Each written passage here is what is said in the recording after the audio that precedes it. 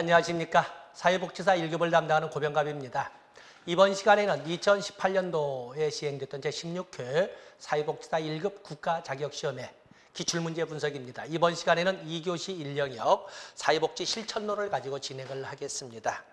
자, 첫 번째 문제를 보시면 사회복지 실천 후 전문화 과정에서 기능주의와 진단주의에 관한 설명으로 옳은 것은, 자, 옳은 걸 찾아봤네요. 기능주의의 대표적인 학자는 메리 리치몬드이다. 메리 리치몬드는 1917년에 사회진단이라는 책을 출판하고 사회복지 실천의 개념 정립을 시작했던 분으로서 보통 심리사회모형의 선구자라고 이렇게 보통 불리웁니다. 기능주의의 선구자는 신 프로이드 학파의 랭크가 되겠습니다. 랭크의 의지시험자에 기초지 않습니까? 기능주의는 과거에 심리, 사회적 문제가 현재의 기능에 미친다는 이 관점을 가지고 있다. 과거의 경험이 오늘날 현재의 기능에 영향을 미친다고 보는 것은 1920년대에 프로이드 이론의 바탕을 두고 등장한 바로 진단주의가 되겠습니다. 기능주의는 인간의 성장 가능성과 자유의지를 강조한다. 특히 의지를 강조하죠. 의지심리학, 랭크의 의지심리학에 바탕을 합니다. 이건 맞는 것이 되겠어요. 다음에 시간 제한적이고 과제 중심적 단기 개입을 선언. 시간 제한적이면서 과제 중심적 단기 개입은 이건 과제 중심을 리드와 앱스테인이 1972년에 발표한 바로 과제 중심 모델이 되겠습니다. 기관의 기능과 서비스를 최대한 활용하여 문제를 해결하는 것을 선호한다. 이것은 1957년 펄먼에 의해서 제시된 펄먼 여사에 제시된 문제 해결 모형이 되겠습니다. 답은 3번이 됩니다.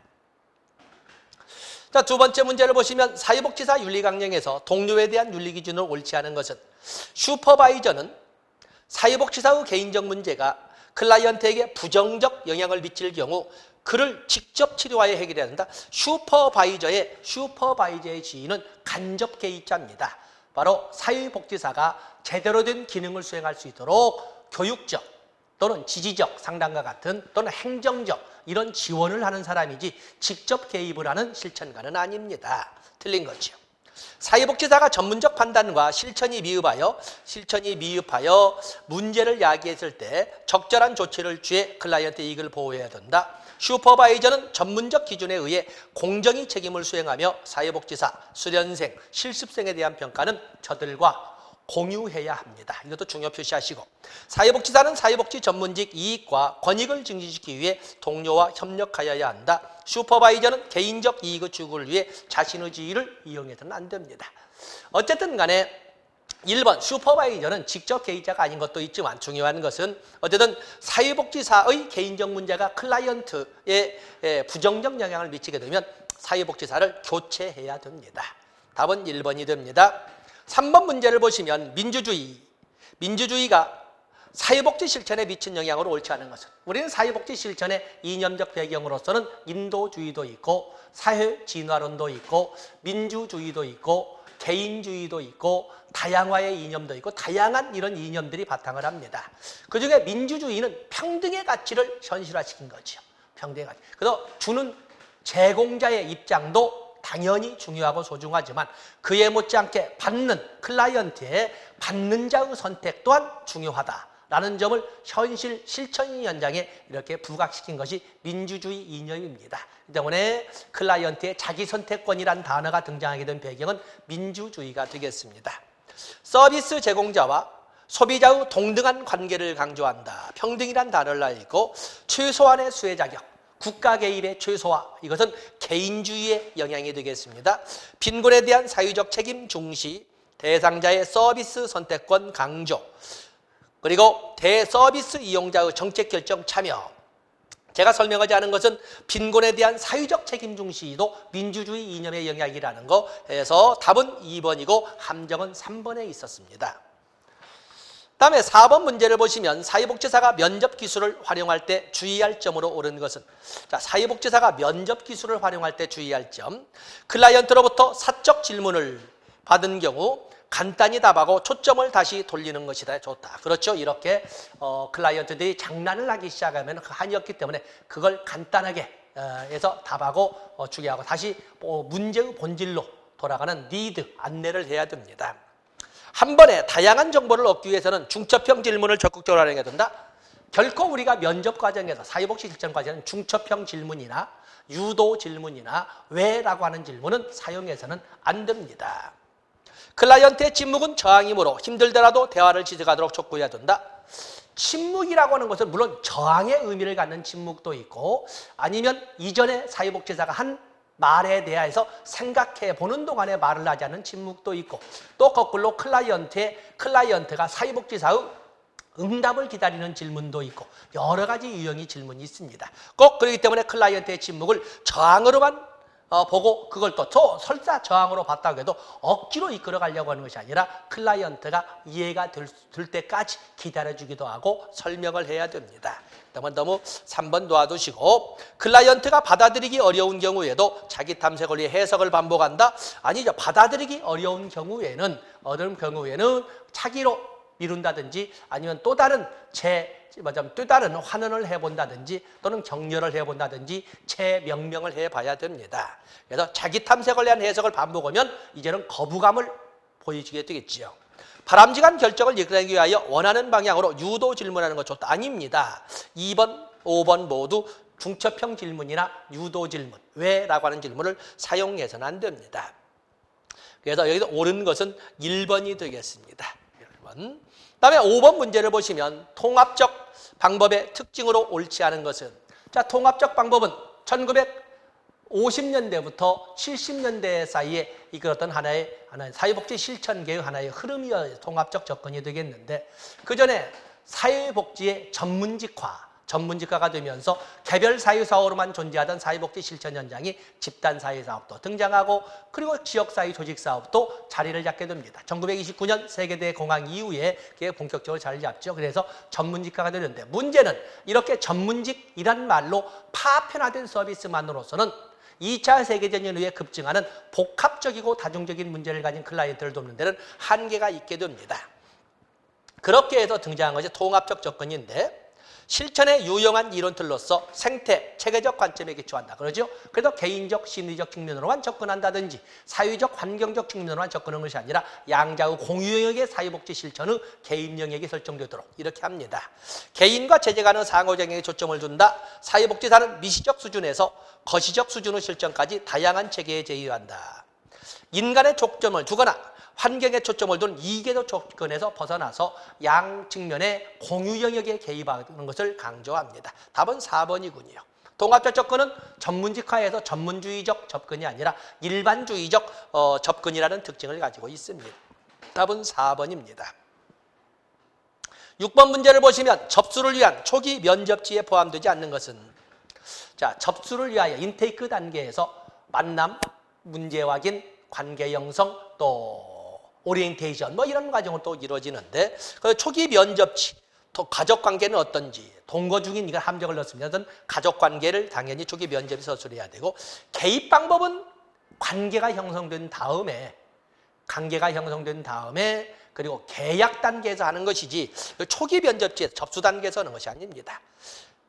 타 기관으로부터 소개를 받아왔다면 그 이유 이전에 서비스를 받은 경험이 있다면 어떤 경험을 받았는지 기간에 오게 된 문제가 무엇 문제 확인 다 이런 것은 되지만 개입 방법이나 비용이라고 하는 것은 계약 단계에서 나오는 것이 되겠습니다. 답은 2번이 되겠어요.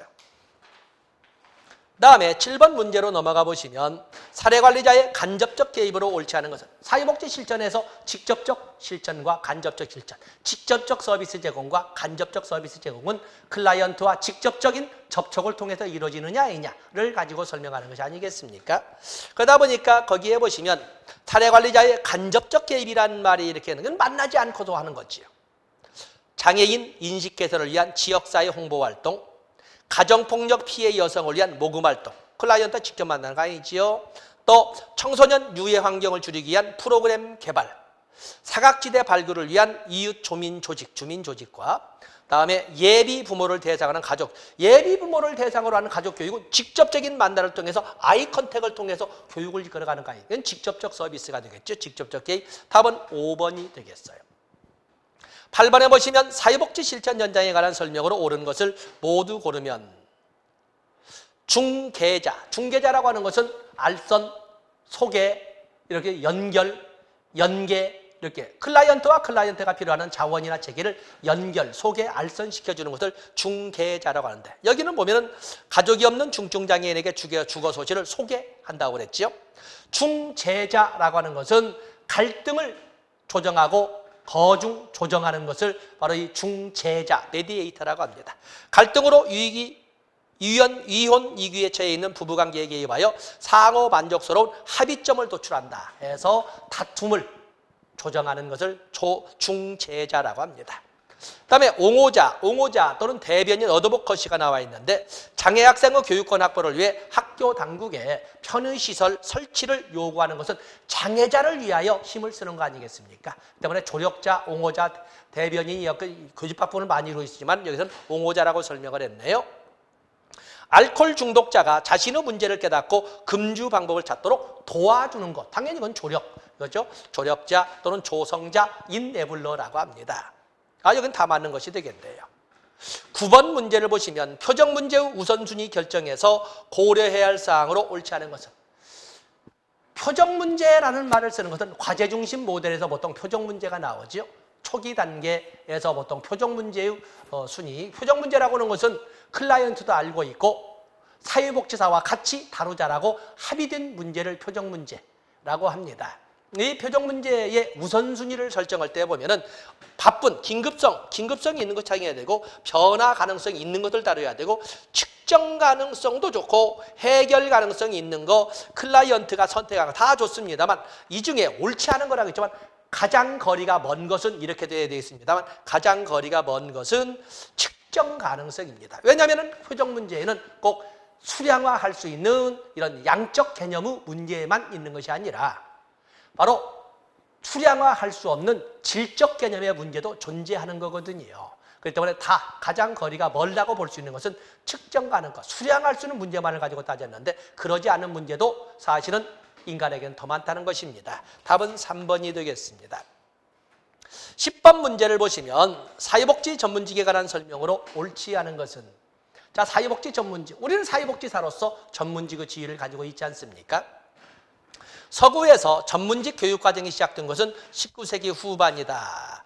그래서 전문직 교육과정으로서 보통 리치몬드 여사라든지 이런 많은 사람들에 의해서 교육이 이렇게 시작되고, 그게 19세기 후반이다. 실천의 가치와 지식은 방법을 통해 현장에서 구현된다. 그렇죠. 실천의 가치, 지식은 방법을 통해 현장에서 구현된다. 한국 사회복지사의 자격 및 처우에 관한 사항은 사회복지 사업법에 근거한다. 그렇습니다. 그러면 사회복지 전담 공무원의 법적 근거는 어디에 있습니까? 사회복지사에 대한 이런 처우, 이런 것들은 사회복지 사업법에 규정되어 있지만, 사회복지 전담 공무원에 대한 근거 규정은 사회보장급여의 이용 제공 및 수급권자 발굴에 관한 법률, 보통 제개책에 그냥 사회보장급여법에 근거를 하고 있습니다. 차이가, 옛날에는 사회복지 전담 공무원도 사회복지사업법에 규정이 되어 있었습니다만 이제는 바뀌었습니다. 프렉스너는 체계적 이론, 권위적, 전문적 권위, 윤리강령 등을 전문직의 속성으로 봤다. 프렉스너는 1915년에 사회복지가 전문직인가? 라는 화두를 끄집어내고 사회복지는 전문직이 아니다 라고 하는 근거를 아주 과학적으로 5가지를 제시를 했습니다. 사회과학적 지식이 있느냐, 독자적인 이론 지식체계가 있느냐, 또 정부가 발행하는 자격증이 존재를 하느냐, 또 전국 조직이 존재하느냐, 윤리 강령이 존재하느냐, 바로 이런 사회과학적 기초, 그리고 독자적 이론 지식체계, 그리고 정부 발행의 전문직 자격, 그리고 전국 조직, 그리고 윤리 강령, 이렇게 5가지를 들었습니다. 그래서 여기 나오는 것처럼 전문적 권위, 전문직의 문화, 그리고 체계적 이론, 윤리 강령, 거기다가 사회적 승인으로 5가지를 가지고 전문직의 속성을 드러나면 그린우드라는 사람이 있습니다. 자, 수업 시간에 배울 겁니다. 그린우드가, 여기는 체계적 이론, 전문적 권위, 윤리 강령은 그린우드가 제시하는 것이고, 답은 4번이군요. 밀포드 요유, 1929년 밀포드 요유에서는 사회복지 실천의 공통 요소를 아주 방만하게 제시를 했습니다. 자, 이것도 1929년 밀포드 요유는 이렇게 사회복지 실천의 공통 요소를 제시한 의미도 있지만, 또한 사회복지 행정을 사회복지 실천의 한 영역으로 포함시켜야 한다고 주장한 것도 밀포도의이고, 또 그런가 하면은 사회복지 실천은 전문직이라는 이름으로 단편적으로 접근해서는 안 된다. 통합적 접근에 언급이 처음 등장한 것도 밀포도 효율이라는 것을 알아주시면 됩니다. 그래서 사회복지 실천의 공통 요인을 제시했다. 사회복지 행정을 사회복지 실천의 영역으로 포함시켰다. 통합적 접근을 언급하였다. 1929년 밀포도 효율가 되겠습니다. 다음에 거기 보시면 11번에 사회복지 실천 연장 중 생활시설로만 구성된 것은, 자, 거기 보시면 재가 노인복지시설, 우리가 제 노인복지시설에는 7가지가 있지 않습니까? 제가 노인 주거복지시설, 노인 의료복지시설, 노인 여가복지시설, 재가 노인복지시설, 노인보호 전문기관, 그리고 노인 일자리 지원기관, 그리고 학대노인 전용쉼터, 이렇게 7가지가 있습니다. 그중에 재가노인 복지시설은 이건 이용시설이죠. 이용시설이면서 서비스만 제공하는 이런 시설이 되고, 장애인 지역사회재활시설, 장애인 지역사회재활시설은 이용시설입니다. 장애인 직업재활시설, 장애인 복지시설에는 장애인 거주시설, 또 재활시설 3개에서 장애인 지역사회재활시설, 장애인 직업재활시설, 장애인 의료재활시설이 있는데, 거주시설은 생활시설이지만 재활시설 3가지는 모두 이용시설이죠. 아동보호치료시설도 이용시설이 되겠습니다. 아동보호치료는 이용시설 겸 생활시설이 될 수도 있겠지만 보호니까 생활시설이 되겠네요. 그다음에 노인 의료복지시설. 노인 의료복지는 2가지가 있죠. 노인 요양시설과 노인 요양 공동생활 가정이 있는데 모두 생활시설이지요. 또 자립지원시설 다 좋습니다. 생활시설. 노인 요양시설, 정신건강증진법에 의해서 정신요양시설과 재활시설은 이용시설이 되고, 자활지원센터 다 이용시설이 되겠습니다. 장애인 주간보호시설, 성폭력 피해자 보호시설, 보호시설, 장애인 주간보호시설이기 때문에 거기는 장애인 주간보호시설은 여기는 이용시설이 되겠습니다. 그 다음에 12번에 보시면 전문직 관계의 기본 요소 중 자기인식을 바탕으로 사회복지사의 감정과 반응을 있는 그대로 클라이드에 전제하는 것. 그걸 바로 우리가 수용 공감적 이해 일치 중에 일치, 다시 말해서 경험과 인식의 내적 합일이라고 하는 진실성을 말하고 있습니다.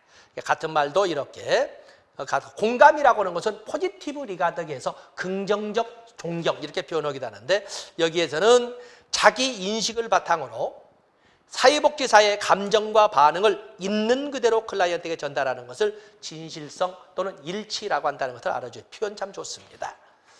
다음에 13번에 보시면 강점, 관점에 관한 설명으로 옳은 것을 모두 고른 것은, 강점, 관점에 관한 설명으로 옳은 것을 모두 고르면 강점, 관점. 클라이언트를 희생자로 인식한다. 클라이언트를 희생자로 인식하는 것은 클라이언트를 희생자로, 이건 갈등론적 입장에서 지역사회복지론 같으면 사회행동에서 적용이 되는데, 강점, 관점에서는 클라이언트를 무한한 재능, 자원, 가능성, 강점을 가진 자로 봅니다. 기억번은 틀린 거지요. 그다음에 대표적인 학자로 셀리비나 밀리가 있다. 강점, 관점 별로 좋은 문제 아닌데 셀리비와 또 있다. 밀리가 있다. 좋습니다.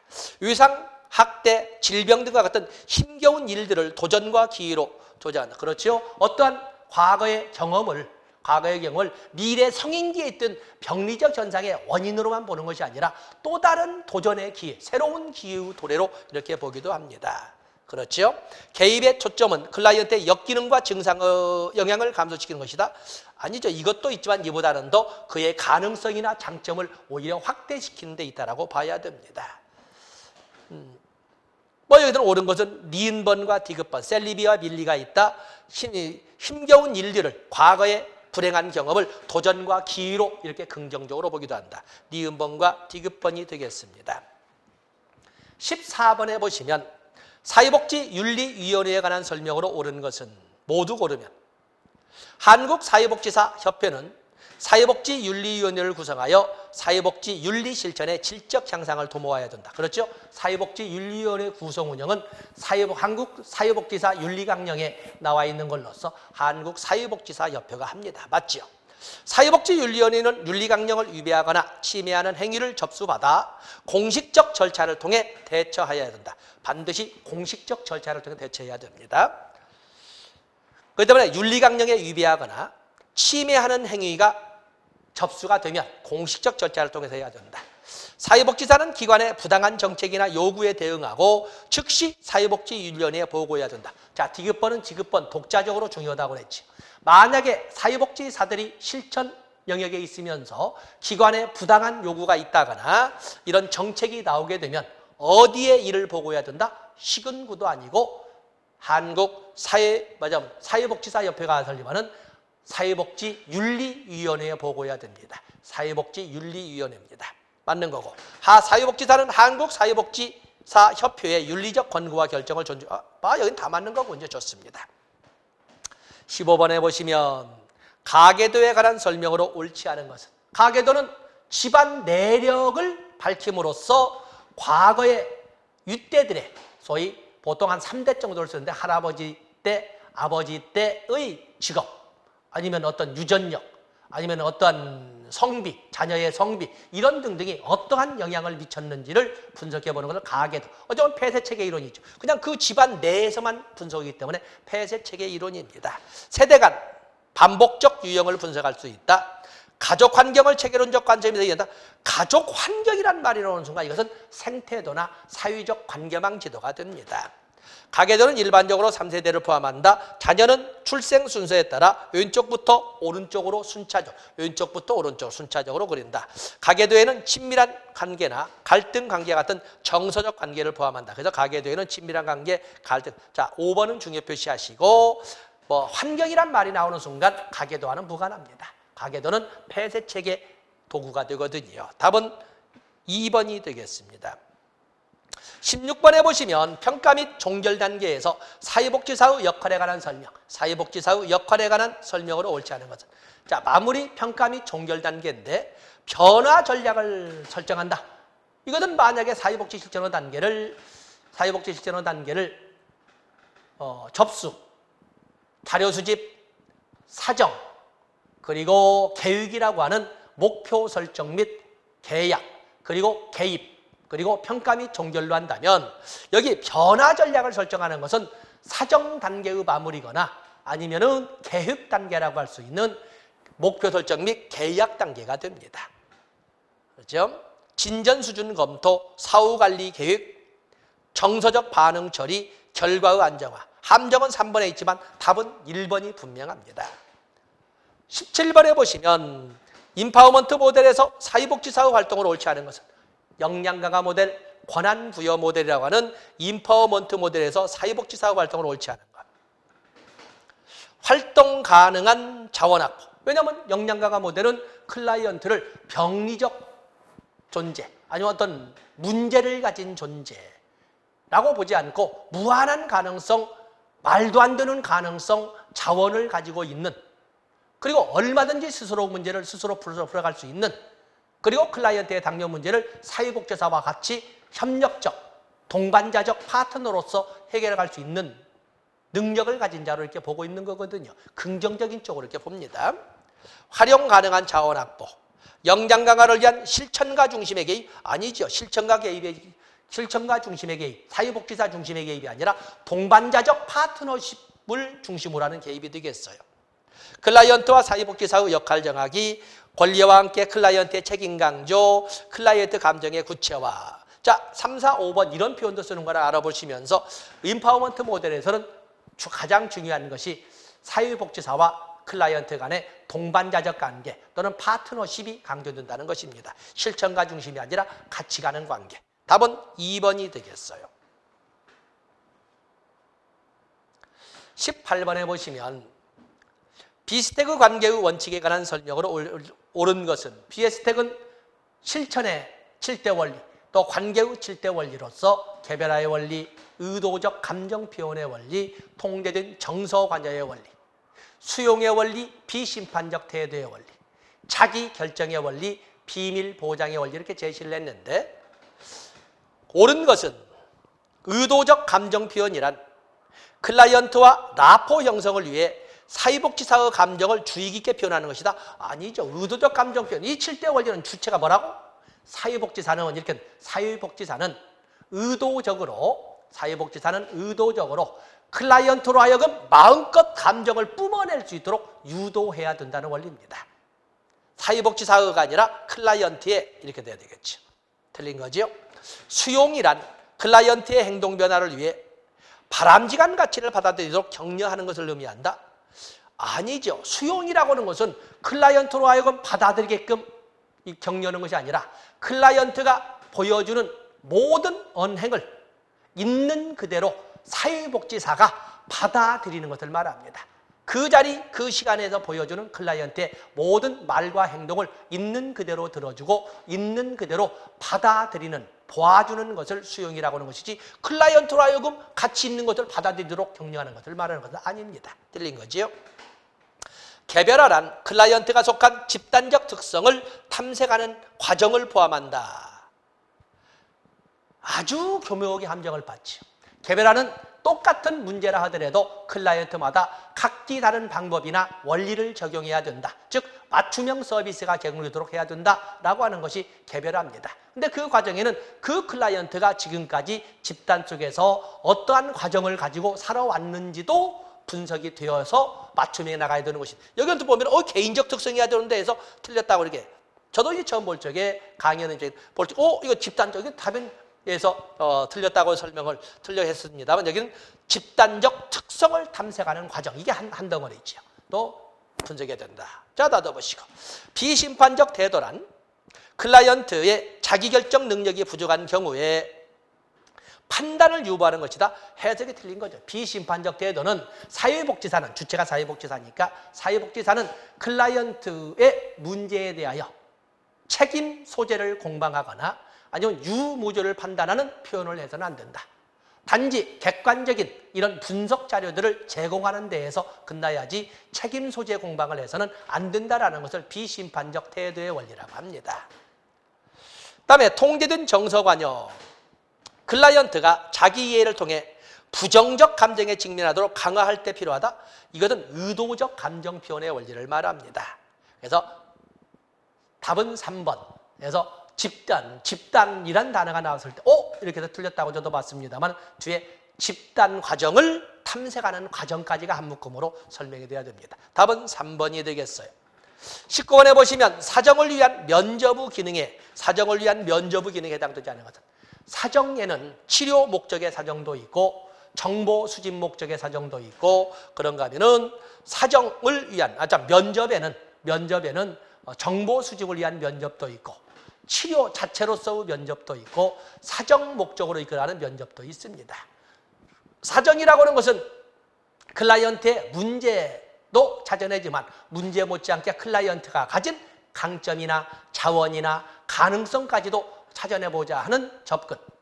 그리고 또 그걸 분석해서 개입 전략도 수립해보고자 하는 접근을 바로 사정이라고 하죠. 그 목적으로 이끌어낸 것을 사정을 위한 면접이라고 하는데 문제 상황에 대한 이해, 클라이언트의 강점 파악, 클라이언트의 장애물 탐색, 클라이언트의 욕구 우선순위 설정, 클라이언트 환경의 변화 촉진, 클라이언트의 환경을 위한 변화 촉진, 클라이언트 환경의 변화를 이렇게 촉진하는 것은 이건 치료를 위한 면접이 되겠습니다. 치료를 위한 면접이다. 다 좋고 20번에 보시면 사례관리의 원칙과 활동의 연결로 옳지 않은 것은 사례관리의 원칙과 활동의 연결로 옳지 않은 것. 다양한 원칙을 제시를 했지요. 개별성의 원칙, 포괄성의 원칙, 또 연계성의 원칙, 지속성의 원칙, 또 클라이언트의 자기결정의 원칙 5개를 저는 교재에 제시했지만 그런 등을 포함한 다양한 사례관리의 원칙들이 존재를 합니다. 통합성이라고 하는 것은 연계성의 개념으로 설명할 수 있는 것처럼 관련 기관 간 긴밀한 협력성을 말하고 있죠. 관련 기관 간 긴밀한 협력성. 그래서 서비스 조정을 위하여 사례 효율을 조치한다. 좋습니다. 접근성, 사각지대 발굴을 위해 아웃리치를 한다. 그렇죠? 그래서 도움이 필요해도 그 도움을 표현할 수 없는, 신청할 수 없는 이런 그 클라이언트를 찾아내므로 사각지대를 발굴함으로써 그에게 맞춤형 서비가 도착할 수 있도록 하는 아웃리치, 찾아가는 이런 찻동, 서울시의 찻동과 같은 이런 것들은 접근성의 원칙에 맞습니다. 포괄성, 기관 네트워크를 통하여 서비스 의뢰를 한다. 그렇죠. 포괄성은 서비스 충족의 다양성이죠. 사례관리의 대상은 단편적인 문제를 가진 클라이언트가 아니라 복합적이고 다중적인 문제를 가진 클라이언트 아니겠습니까? 그러다 보니까 단편 또는 하나의 이런 기관이나 전문가를 통해서는 그 클라이언트가 가진 모든 문제를 도울 수가 없고 이런 것처럼 기관 네트워크를 통한 서비스를 한다. 좋습니다. 체계성, 중도 탈락한 클라이언트를 찾아 서비스를 제기한다. 자, 이것도 어찌 보면 두 번째 있는 것처럼 사각지대를 발굴하는 하나의 역할로 찾아가는 동주민센터와 같은 아웃리치의 개념으로 설명할 수가 있기 때문에 체계성보다는 접근성이 맞겠습니다. 다음에 지속성, 종단적 차원에서 개인의 욕구에 반응하여 서비스를 제공한다. 종단적 차원을 현실화시키기 위해서는 기록이죠. 지금까지 어떤 문제가 어떻게 변화해 왔는가를 확인해 봄으로써 개인의 욕구에 맞는 서비스를 제공한다. 지속성 좋습니다. 맞으면 단편적으로 끝내지 않고 길게 기록 등을 통해서 기록을 확보하고 그를 확인함으로써 알맞은 서비스가 제공으로 들어간다. 지속성과 연결됩니다. 4번은 체계성보다는 접근성이 맞는 것이 되겠습니다. 21번에 보시면 생태도를 통해 알 수 없는 것. 생태도는 뭐예요? 클라이언트와 클라이언트 가족을 둘러싸고 있는 환경이라고 했죠. 있는 환경입니다. 때문에 가족 규칙이라고 하는 것은 가족 규범이죠. 가족 내 가족 구성원들이 지키자고 하는 이런 약속을 가족 규범, 가족 규칙이라고. 이건 환경과의 관계도 알아보는 것이 아니죠. 가족이 이용하는 서비스 기관의 종류, 가족의 여가 활동, 이웃 주민들과의 친밀도, 확대 가족과의 관계, 가족 클라이언트와 가족을 둘러싸는 환경을 말하고 있죠. 답은 1번이 되겠어요. 22번에 보시면 사회복지사의 다문화 역량을 높이기 위한 활동으로 옳지 않은 것은 이제는 우리나라도 이제는 다문화 국가군이 되었다라고 볼 수밖에 없지 않습니까? 우리가 다문화 국가군이 되었습니다. 소수 인종에 대한 선입견이나 편견을 탐색한다. 벌써 우리가 보면 제주도 난민에 대한 이런 견해가 서로 양갈래로 갈라져 있지 않습니까? 자, 이런 것들도 탐색을 한다. 사회적 차별에 맞서는 단체들의 활동을 분석한다. 사회복지 전문직의 윤리적 행동 지침을 이해한다. 문화적 특성을 이야기하여 다양한 문화를 경험한다. 동화의 중요성을 강조하는 문화 상대주의에 대해 학습한다. 동화라고 하는 것은 용광로주의의 입장에서 소속되어 있는 문화에 당연히 녹아들어야 한다는 것이 동화입니다. 그렇기 때문에 동화라고 하는 것은 자문화 중심주의에 사는 겁니다. 여기에 보면은 문화 상대주의라고 하는 것은 베리가 말하는 것처럼 문화 적응에 관한 걸로 본다면 통합적, 자기들의 문화도 그대로 지키도록 고수하도록 허용하면서 소속되어 있는 현재 이 지역의 문화에도 같이 적응을 할 수 있도록 요구하는 이런 것이어야 되지 무조건 우리 문화에 녹아들어야 한다는 동화 또는 용광로주의적 관점은 안 됩니다. 답은 5번이 되겠어요. 다음에 23번에 보시면 음주 상태에서 아내에게 폭력을 가하던 남편이 이웃 주민의 신고로 경찰을 통해 중독관리 통합지원센터에 의뢰되었다. 핑커스와 미나안의 4체계 모델에서 변화매개 체계. 핑커스와 미나안의 4체계 모델 변화매개 체계. 상담기관이나 치료기관 또는 치료자. 그다음에 클라이언트 체제 도움을 요청한 사람. 그다음에 표적 체계는 변화가 필요한 사람.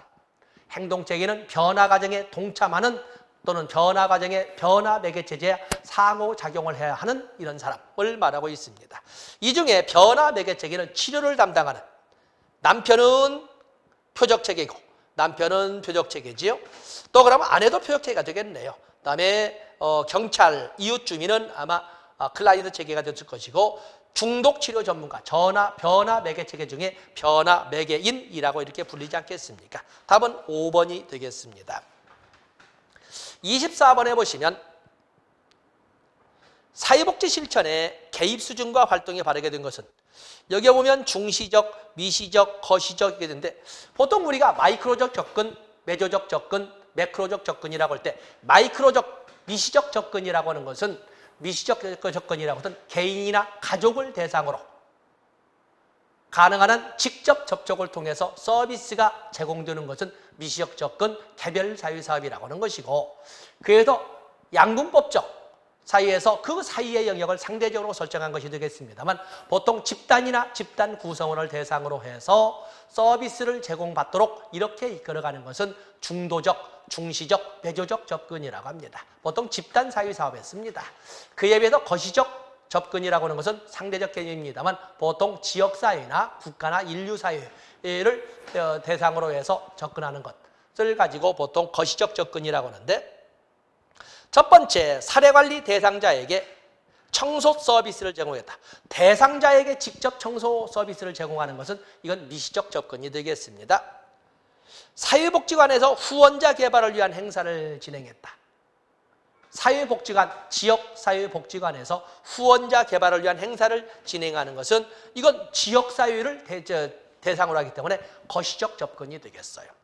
그다음에 공공부조 서비스의 적격성을 파악해서 욕구사정을 실시한다. 욕구사정, 공공부조 서비스를 확장한 욕구사정은 지역 주민들의 욕구사정이 되기 때문에 이것은 공공부조 서비스를 가지고 하는 공공부조 서비스의 적격성을 파악한 욕구사정은 이것은 미시적 것이 되겠어. 공공부조 서비스는 당연히 빈곤선 이하라고 할 수 있는 극빈층을 대상으로 하는 것이 되지 않겠습니까? 바로 이 극빈층에서는, 도움이 필요한 극빈층에서는 어떤 것을 필요로 할까라고 하는 미시적 접근에 해당된다고 봐야 됩니다. 지역사회보장협의체에서 기간실무자 네트워크, 지역사회보장협의체는 시군구 체제로 있지 않습니까? 이것은 시군구 체계에 있는 지역사회보장협의체에서 실무자 네트워크 효율을 소집했다. 이것은 중범위적 접근이라고 설명할 수 있겠네요. 지역 특성에 맞는 주민대상 프로그램을 위한 지역조사, 이건 당연히 지역사회를 대상으로 하니까 거시적 접근이 되겠죠. 그래서 집단, 지역사회보장협의회라고 하는 이런 그 조직 내에서 실무자 네트워크 효율을 소집했다. 자, 이것은 중범위적 접근, 이거는 답은 4번이 되겠습니다. 25번에 보시면 사례관리의 과정을 순서대로 나열하는 것은, 사례관리라고 하는 것은 보통 사례관리는 먼저 접수, 인테이크가 있고, 그리고 자료 수집 및 사정, 그리고 나서 계획을 수립하지요. 그리고 나서 개입을 하게 됩니다. 여기까지는 똑같습니다. 단지 사정이라고 해서 자료 수집과 사정을 묶었고, 그리고 거기에다가 목표 설정 및 계약을 계획이라고 바꿔놨다 뿐이지, 그리고 똑같습니다. 그런데 사례관리는 누구를 대상으로 해요? 복합적이고 다중적인 문제를 가진 클라이언트를 하기 때문에 일회성으로 짧은 기간에 이루어지는 것이 아니라 장기간에 걸쳐서 이루어집니다. 그러다 보니까 다른 일반적인 사회복지 실천의 과정과는 달리 그 과정에 한 번이 아니라 여러 번에 걸친 점검 및 재사정이 있습니다. 점검 및 재사정. 이 점검 및 재사정은 한 번으로 끝나는 것이 아니라 점검 및 재사정하고 다시 해서 계획하고 개입하고 이렇게 해서 계속 이끌어지는 건데, 그리고 나서 평가 및 종결이 있게 되는 겁니다. 그다음에 거기 보면 계획, 사정, 계획은 사정 다음에 1번은 아닌 것이고, 계획 1번, 2번은 아니고, 사정, 계획, 점검이라고 하는 연계 조정이 바로 개입이죠. 연계 조정이 개입이니.